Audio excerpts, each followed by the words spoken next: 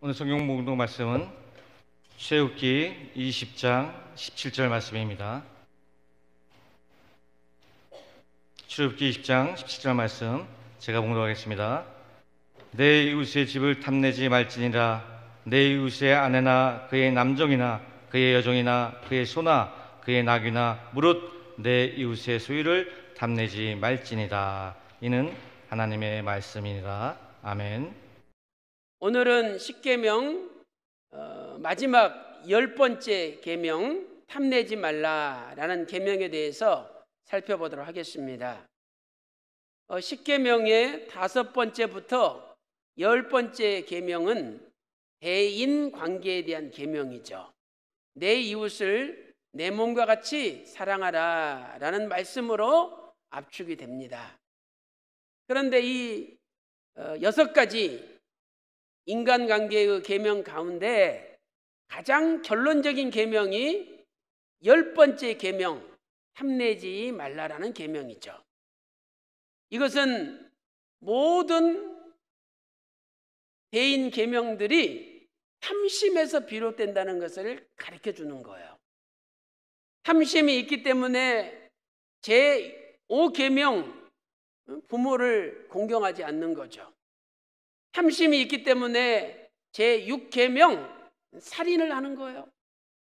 또 탐심이 있기 때문에 제7계명에 간음을 하고, 탐심이 있기 때문에 제8계명에 도적질을 하고, 탐심이 있기 때문에 제9계명에 거짓 증거를 하는 것이죠.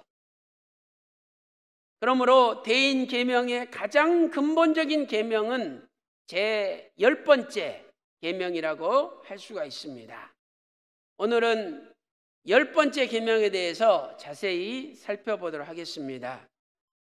큰 첫 번째로 제10계명의 해석이죠.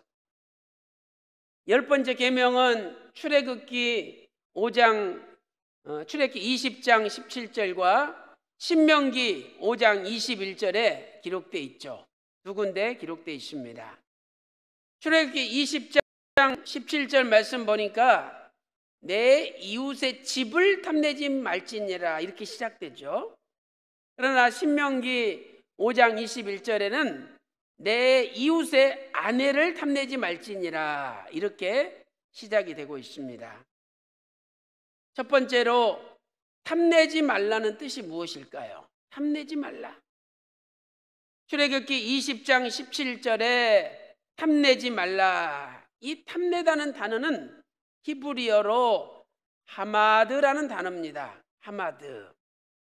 이것은 갈망하다, 열망하다 이런 뜻이죠. 다시 말해서 외부에 있는 어떤 물건을 보고 감정의 충동을 일으켜서 탐내는 행위죠. 외부에 있는 어떤 물건을 보고 감정이 충동을 일으켜요. 그래가지고 탐을 내는 것을 하마드라고 합니다. 반면에 신명기 5장 21절에 탐내지 말지니라 이 단어는 히브리어로 아바라는 단어입니다. 이 아바는 마음이 기울어지다 이런 뜻이죠. 다시 말해서 마음속에 있는 욕망 때문에 생기는 탐심이죠.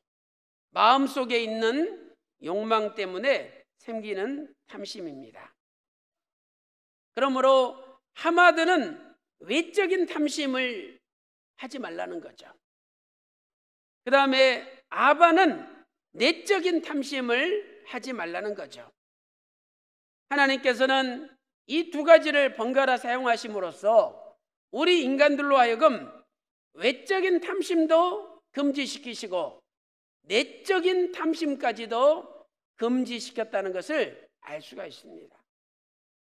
우리는 뭐 남의 물건 손 안 대면 되지, 내가 건들지 않으면 되지, 그러면서 마음속으로는 100번도 훔치고 마음속으로는 100번도 건드립니다.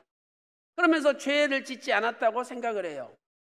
그러나 오늘 십계명의 진정한 의미는 밖으로 죄를 짓지 않았다 할지라도 마음으로 탐심을 가지고 있는 것도 역시 죄라고 말씀을 하고 있는 겁니다. 특별히 둘 다 하마드나 아바나 둘 다 히브리 원문을 보면 미완료형으로 사용되고 있죠. 이것은 무슨 뜻입니까? 계속적으로 탐내서는 안 된다는 거죠.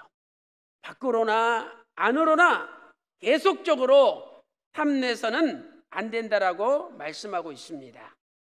그 이유가 무엇입니까? 내적인 탐심이라 할지라도 계속적으로 그 탐심을 없애지 않는다면 언젠가는 그것이 외적인 행동으로 연결되기 때문에 안 된다는 거죠. 야고보서 1장 14절 15절 말씀 보니까 각 사람이 시험을 받는 이유가 무엇이냐? 그것은 자기 욕심에 끌려 미혹됨이니라, 이렇게 말씀하고 있습니다. 결국은 자기 욕심에 스스로 끌려가서 죄를 짓는다는 거죠. 15절 말씀 보니까 욕심이 잉태한 즉 죄를 낳고 죄가 장성한 즉 사망에 이르느니라, 이렇게 말씀하고 있습니다. 일대지 두 번째로 탐내지 말아야 하는 대상은 무엇입니까? 출애굽기 20장 17절을 기준으로 볼 때 네 가지를 탐내지 말라라고 말씀하고 있죠. 첫 번째로 이웃의 집을 탐내지 말라. 두 번째는 이웃의 아내를 탐내지 말라. 세 번째는 이웃의 남종이나 이웃의 여종을 탐내지 말라 말씀하셨습니다. 네 번째는 이웃의 소나 나귀, 무릇 내 이웃의 소유를 탐내지 말라. 소나 나귀뿐만 아니라 이웃의 모든 소유를 탐내지 말라라고 말씀하셨습니다. 제10계명에서 금지하는 내용을 자세히 보면은 이미 제7계명과 8계명에서 금지시킨 거예요. 7계명 보니까 간음하지 말라 그랬죠? 내 이웃의 아내를 탐내지 말라, 간음하지 말라는 말씀에 들어있잖아요. 또한 제8계명에 도적질하지 말지니라, 내 이웃의 소유를 탐내지 말지니라, 도적질하라는 말씀에 다 이미 들어있는 거예요. 그럼에도 불구하고 또다시 하나님께서 금지시킨 이유가 무엇입니까? 그것은 단순히 외적인 행동만 금지시킨 것이 아니라 이제는 근본적인 마음과 의식까지도 금지해야 된다라고 선언하신 것입니다. 제7계명과 8계명이 행동을 금지했다면 제10계명은 그 행동을 일으키는 근본적인 마음과 의식까지도 금지시킨 것이죠. 우리는 제10계명을 통하여 하나님께서 우리의 마음과 의식까지도 전적으로 하나님을 사랑하고 하나님의 말씀으로 채워져서 완전한 마음과 완전한 의식으로 바꾸어지기를 원하신다는 것을 알 수가 있습니다. 큰 두 번째로 제10계명의 세부 율법과 복음적인 확대입니다. 먼저 세부 율법은 신명기 25장 5절부터 신명기 26장 15절까지 기록되어 있죠. 신명기 25장 5절부터 26장 15절까지 좀 더 세부적으로 10번째 계명을 확대하여 말씀하고 있습니다. 또한 제10계명의 복음적인 확대는 무엇입니까? 어떻게 예수님께서 10계명을 복음적으로 확대시켰습니까? 그 말씀이 누가복음 12장 15절 말씀이죠. 예수님께서 누가복음 12장 15절에서 삼가 모든 탐심을 물리치라, 이렇게 명령하셨습니다. 삼가 모든 탐심을 물리치라. 어떤 사람이 재산 상속 문제로 예수님을 찾아왔죠. 선생님, 내 형이 유산을 혼자 가져가려 그러는데 선생님이 명하여 좀 나누도록 해 주십시오. 그때 예수님께서 누가복음 12장 14절에서 이렇게 말씀하셨습니다. 야, 이 사람아, 누가 나를 너희의 재판장이나 물건 나누는 자로 세웠느냐? 내가 너희들 물건이나 나눠주려고 이 땅에 온 줄 아느냐? 책망하셨어요. 그러시면서 15절에 삼가 모든 탐심을 물리쳐라.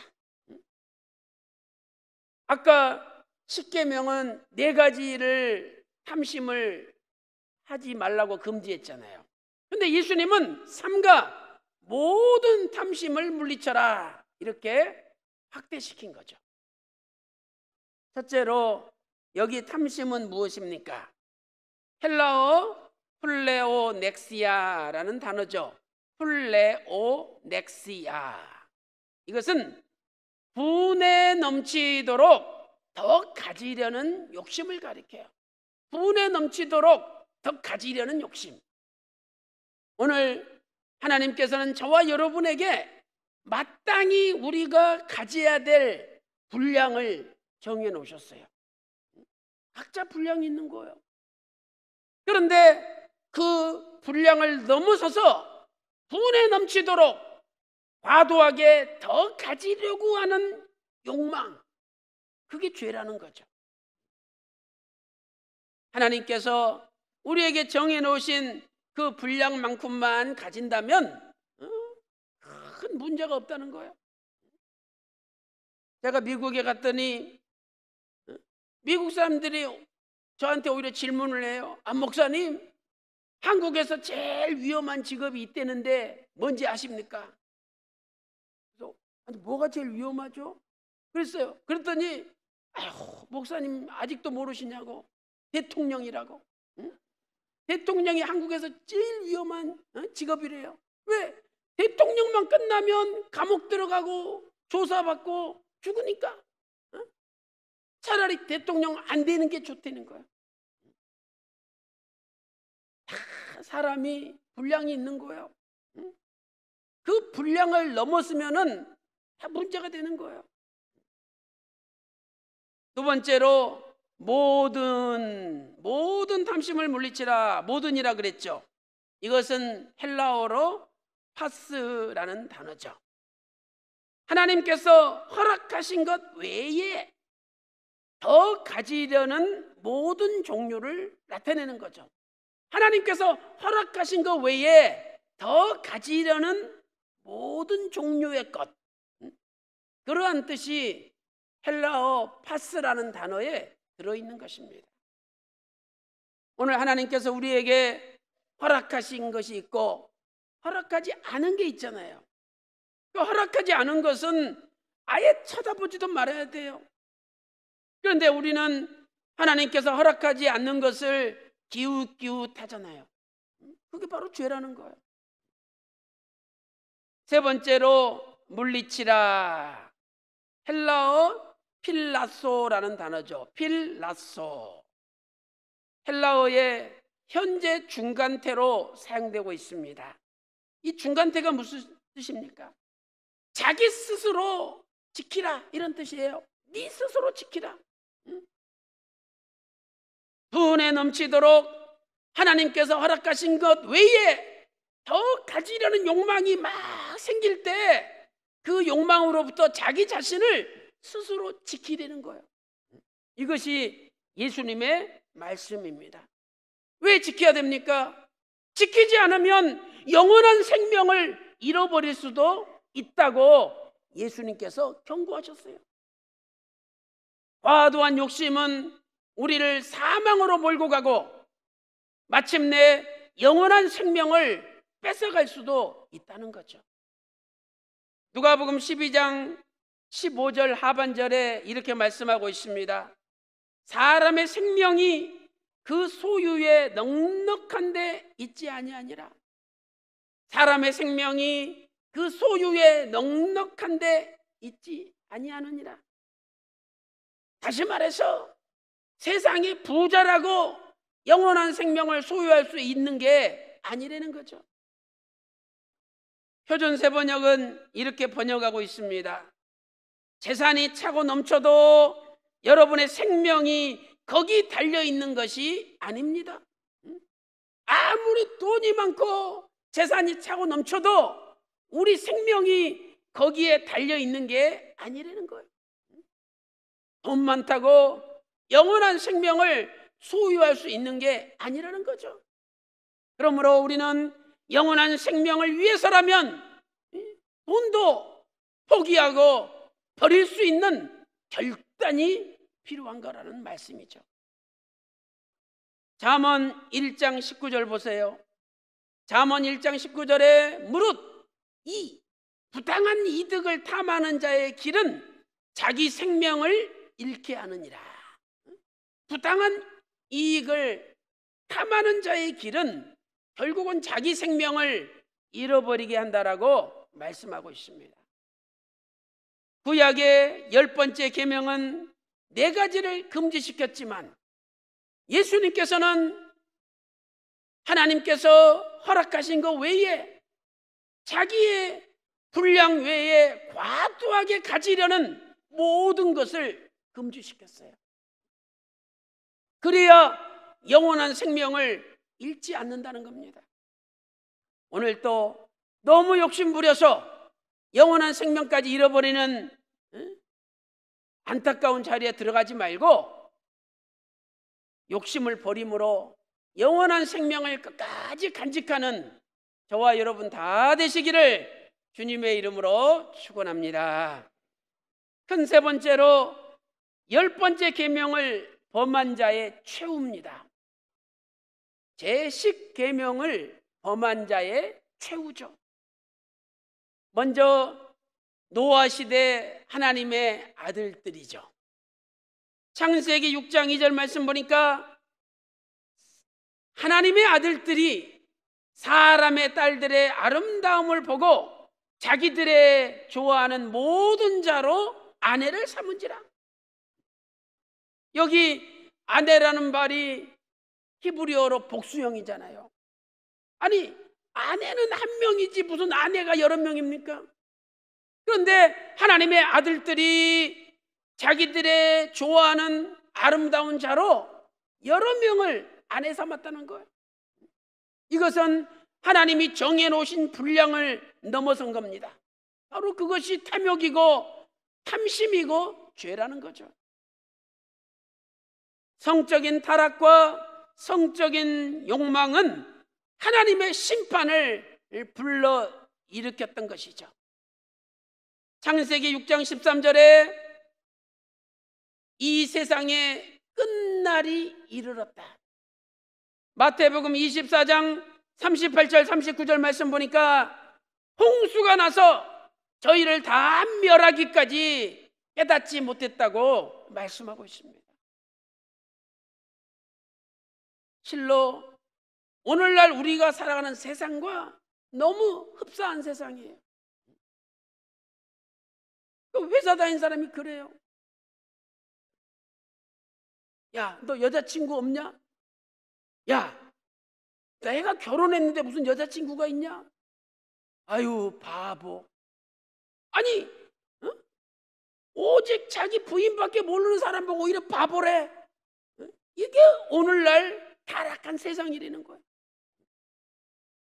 하나님께서 노아 시대를 심판하신 것처럼 분명히 이 타락한 세상도 심판할 때가 임박하였음을 우리는 깨달아야 됩니다. 두 번째로 나봇의 포도원을 탐한 아방이죠. 나봇의 포도원을 탐한 아방이 있었습니다. 아방은 북이스라엘의 바알 숭배에 앞장섰던 극악한 왕이었습니다. 나봇이 조상으로부터 유업으로 받은 포도원을 탐냈죠. 그래서 거짓 증인들을 내세워가지고 나봇을 돌로 쳐서 죽였습니다. 그리고 그의 포도원을 강제로 빼앗았습니다. 그때 하나님께서는 엘리야 선지자를 통해서 열왕기상 21장 19절에서 나봇이 피를 흘린 곳에서 개들이 네 피도 핥으리라, 이렇게 예언을 하였습니다. 이 예언대로 아합 길러 라못 전투에 변장하고 나갔지만 우연히 쏜 화살이 갑옷 솔기 사이, 갑옷과 갑옷의 이은 사이에 싹 하필 박혀가지고 피를 흘리고 비참하게 죽었어요.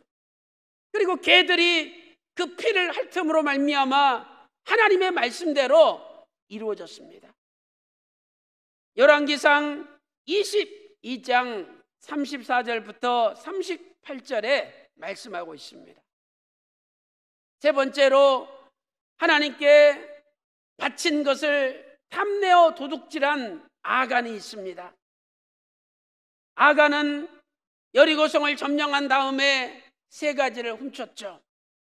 외투 한 벌, 은 200세겔, 그리고 금 50세겔 중을 훔쳤습니다.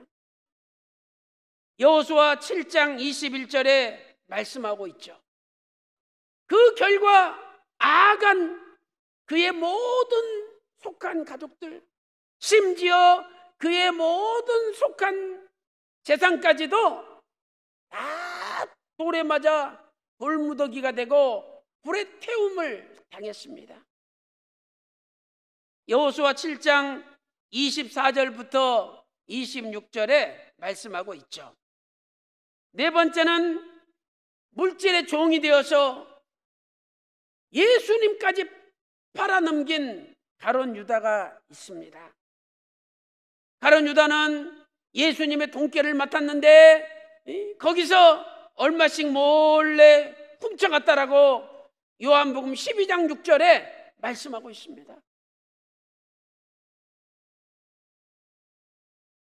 이 바늘 구멍으로 황소바람이 들어온다라는 옛날 속담이 있죠. 또 바늘 도둑이 소도둑이 된다라는 옛날 속담도 있습니다. 한번 작은 것, 아무것도 아닌 것 같은데 그걸 훔치기 시작하면 점점 큰 것을 훔치게 된다는 거예요. 가룟 유다는 마침내 예수님을 은 30에 팔아넘기고 나중에 마음의 가책이 되어서 목매달아서 자살했습니다. 그런데 그 끈까지 가룟 유다 나 못 바치고 있다고 끊어져 가지고 곤두박질해서 떨어졌어요. 배가 터지면서 창자가 다 튀어나와 가지고 죽었다라고 사도행전 1장 16절부터 18절에 말씀하고 있습니다. 이처럼 탐심을 범한 자의 최후는 너무도 비참한 심판으로 끝났다는 것을 알 수가 있습니다. 그래서 예수님께서 탐심의 종착점이 영원한 생명을 잃어버릴 수도 있다라고 경고하셨던 것이죠. 오늘 이 말씀을 명심하고 저와 여러분은 탐심을 버림으로 영원한 생명 잃어버리지 않고 끝까지 붙잡는 역사가 있기를 주님의 이름으로 축원합니다. 큰 네 번째로 제10계명의 구속사적인 교훈입니다. 구속사적인 교훈이죠. 첫 번째로 제10계명과 에덴 동산에 대해서 살펴보도록 하겠습니다. 아담과 하와는 에덴 동산에서 마치 제10계명을 범하는 것과 똑같은 죄를 범했습니다. 창세기 2장 17절에 선악을 알게 하는 나무 실과를 먹지 말라, 먹으면 정령 죽으리라 말씀하셨죠. 그런데 선악을 알게 하는 나무 실과를 보니까 보암직하고 먹음직하고 지혜롭게 할 만큼 탐스러웠다라고 3장 6절에 말씀하고 있습니다. 여기 보암직하다, 히브리어 아바라는 단어예요. 아바. 아까 아바라는 단어를 찾아봤죠. 이 아바는요, 내적인 욕심을 가리킬 때 쓰는 단어입니다. 또한 탐스럽다, 히브리어 하마드. 우리 아까 공부했죠. 하마드는 외적인 탐심을 나타내는 단어다. 그러므로 선악과를 따먹는 순간에 탐하지 말라는 하나님의 십계명을 범한 겁니다. 오늘날 우리도 아담과 하와를 타락시킨 원죄의 뿌리가 탐심에 있다는 사실을 정확하게 깨달아야 됩니다. 탐심을 버리지 못한다면 우리도 아담과 하와처럼 하나님이 금지한 말씀을 순종하지 못하고 타락할 수 있다는 것을 가르쳐주고 있는 거죠. 두 번째로 예수님 시대와 십계명에 대해서 살펴보도록 하겠습니다. 예수님 당시에 종교 지도자들도 10번째 계명을 범했습니다. 종교 지도자들, 특별히 바리새인들은 돈을 좋아했죠. 누가복음 16장 14절 말씀 보니까 바리새인들은 돈을 좋아하는지라. 심지어 과부의 얼마 남지 않은 가산을 다 삼켜버렸어요. 과부들한테 찾아가서 내가 이 문제 해결시켜 주마, 이건 내가 도와주마, 살살 꼬셔가지고 그 남아있는 과부의 재산도 다 뺏어간 거죠. 마가복음 12장 40절과 누가복음 20장 47절에서 말씀하고 있습니다. 마태복음 23장 25절 말씀 보세요. 화 있을진저 외식하는 서기관들과 바리새인들이여, 잔과 대접의 겉은 깨끗이 하되 그 안에는 탐욕과 방탕으로 가득 차 있도다. 겉은 깨끗해요. 겉은 거룩하게 보이지만 속에는 온갖 탐욕으로 가득 차 있다라고 선포하신 것입니다. 왜 예수님을 종교 지도자들이 십자가로 내몰았습니까? 마태복음 27장 18절 보면은요, 시기로, 예수님을 시기해서 넘겼대요. 자기들이 설교할 때는 사람들이 모이지도 않고 헌금도 안 씁니다. 예수님이 설교하시면 수많은 군중들이 몰려들어요. 그래서 저거 내버려 두면 안 되겠다, 그 시기로 예수님을 넘겼대요. 이 시기란 말은 헬라어로 푸도노스라는 단어죠. 푸도노스. 이것은 시샘이라는 뜻. 시샘, 질투, 그 근저에 욕망, 탐욕이 자리 잡고 있는 것입니다. 탐욕이 결국 예수님을 십자가로 내몰고 말았다고 성경은 말씀하고 있습니다. 사랑하는 성도 여러분, 오늘 저와 여러분도 나의 극심한 시기와 탐욕이 하나님의 뜻을 가로막고 있지는 않는지 점검해 봐야 될 줄로 믿습니다. 결론적으로 오늘날에도 제10계명을 범하는 자들이 있습니다. 오늘날 누가 제10계명을 범하는 자들이냐?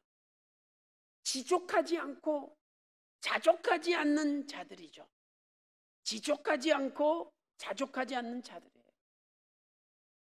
지족하고 자족하면 욕심이 없잖아요. 그런데 지족하거나 자족하지 않는 사람은 욕심이 가득 차 있어요. 그러니 자기도 모르게 10번째 계명을 범하고 있는 거죠. 첫 번째로 지족이 무엇입니까? 디모데전서 6장 6절 보니까 지족하는 마음이 있으면 경건이 큰 이익이 되느니라.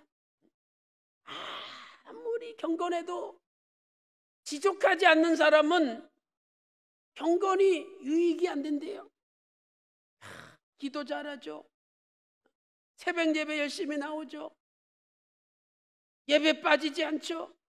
그런데 지족하지 못해.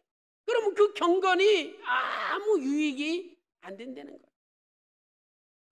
여기 지족이라는 단어는 헬라어로 아우타르케이아라는 단어죠. 아우타르케이아. 이것은 아우토스라는 단어와 아르케오라는 단어가 합성된 겁니다. 아우토스는 자기 자신이라는 뜻이에요. 아르케오는 만족하다는 뜻이죠. 그러므로 지족이 뭡니까? 자기 스스로 만족하는 거죠. 자기 스스로 충분히 만족하는 거예요. 이어서 디모데전서 6장 6절 이어서 6장 7절 8절에 뭐라고 말씀하고 있습니까? 지족의 모습이 뭔지 가르쳐주고 있죠.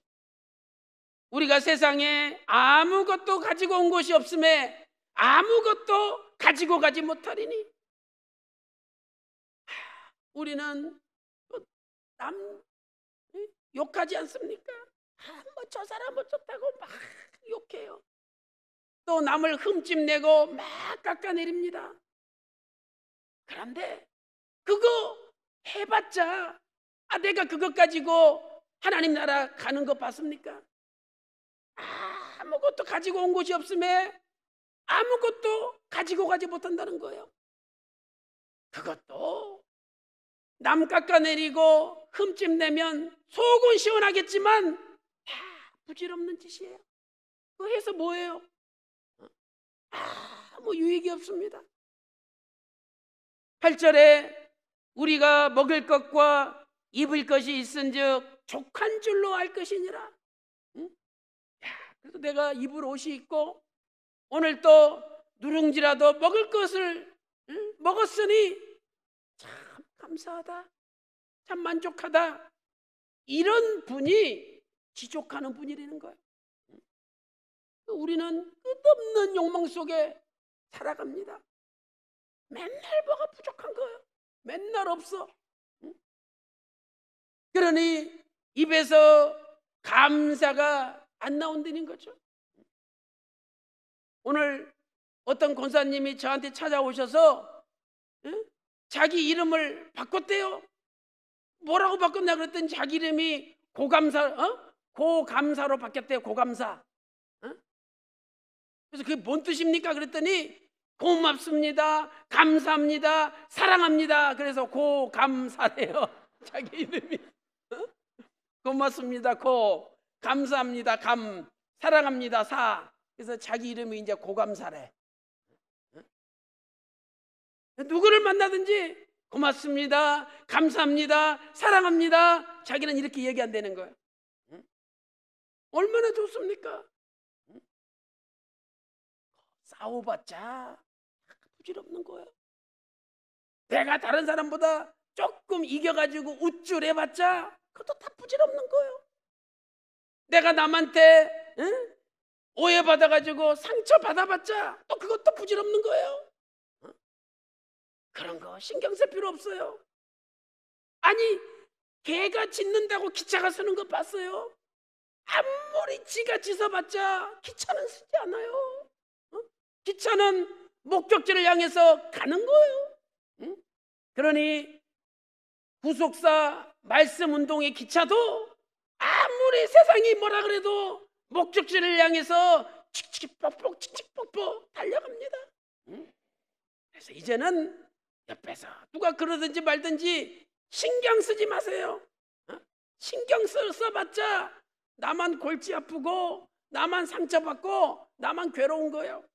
하나님 그것도 원치 않으셔요. 야, 왜 그런 거 신경 쓰니? 네 할 일만 하면 되지. 그래서 오늘 주변에 신경 쓰지 말고, 야, 내가 그래도 옷이라도 입고 이 먹을 거라도 있으니 얼마나 감사하냐, 만족하며 하나님 앞에 고감사하시기 바랍니다. 예? 그러면 행복한 거예요.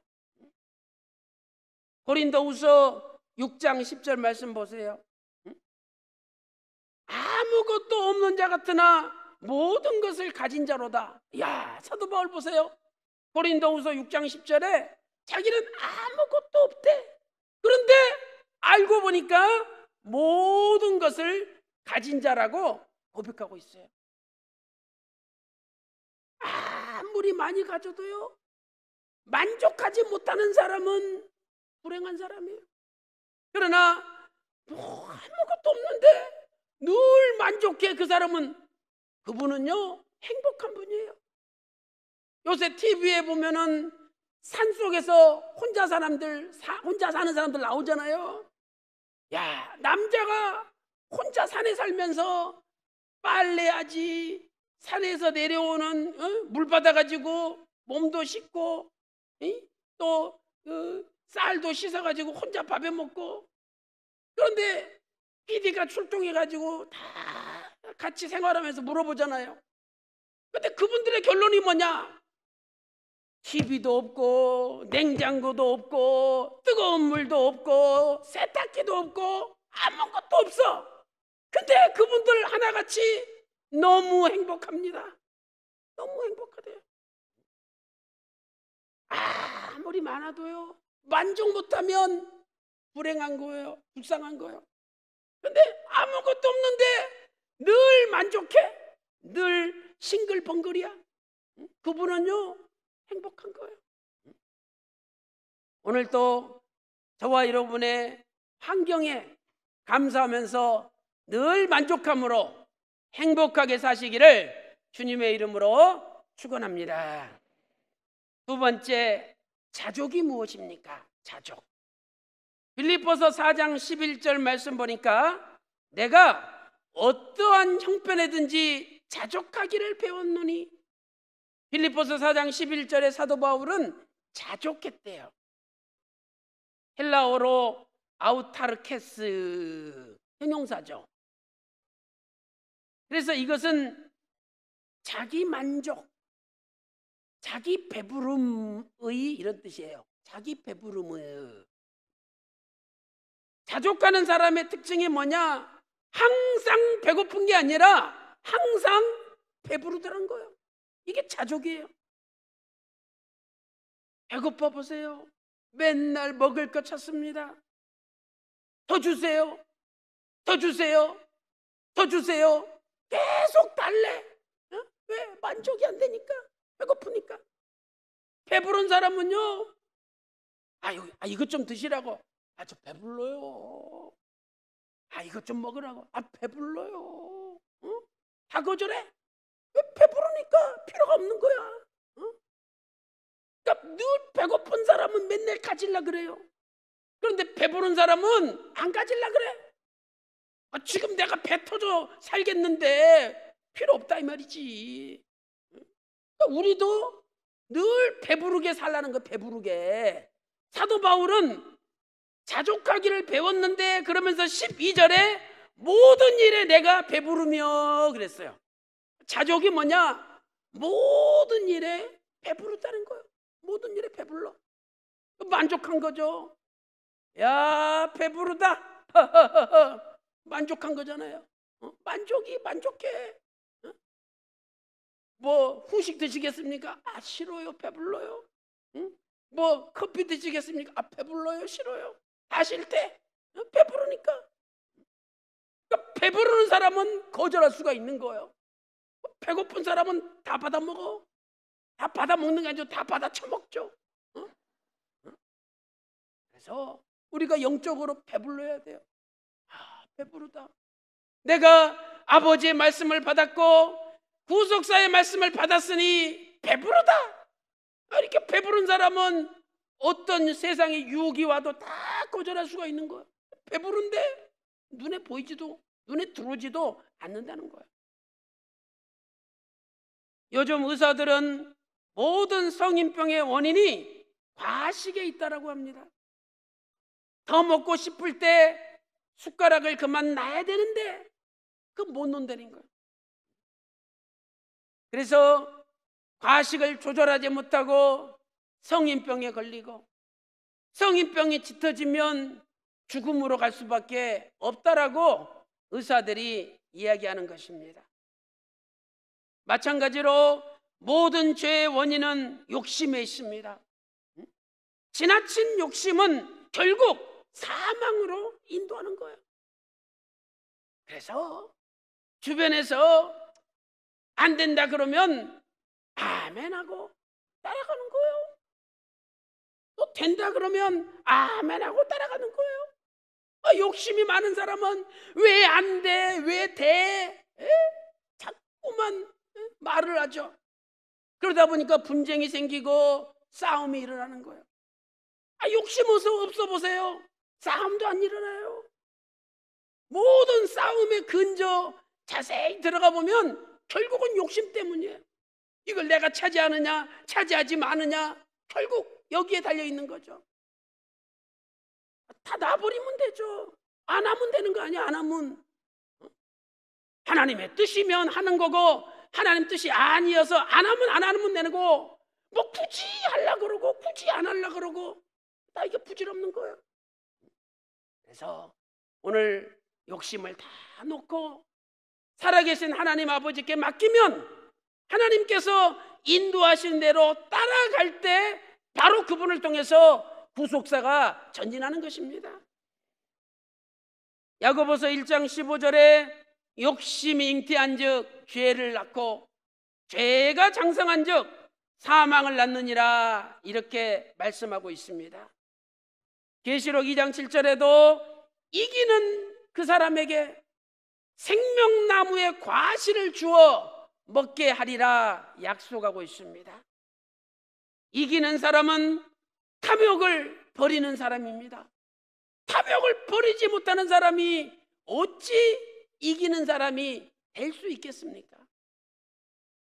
사랑하는 성도 여러분, 오늘도 외적인 탐심 하마드, 내적인 탐심 아바를 다 버리고 선악을 알게 하는 나무 실과 쳐다보지도 말고, 하나님이 금지하신 것 쳐다보지도 말고 하나님 말씀에 순종함으로 저와 여러분은 나를 이기고 세상을 이기고 죄악을 이김으로 마침내 선악과라는 시험을 통과하여 생명나무 과실을 따먹고 죽지 않는 영원한 부활과 변화의 세계에 다 들어가는 저와 여러분 되시기를 주님의 이름으로 축원합니다.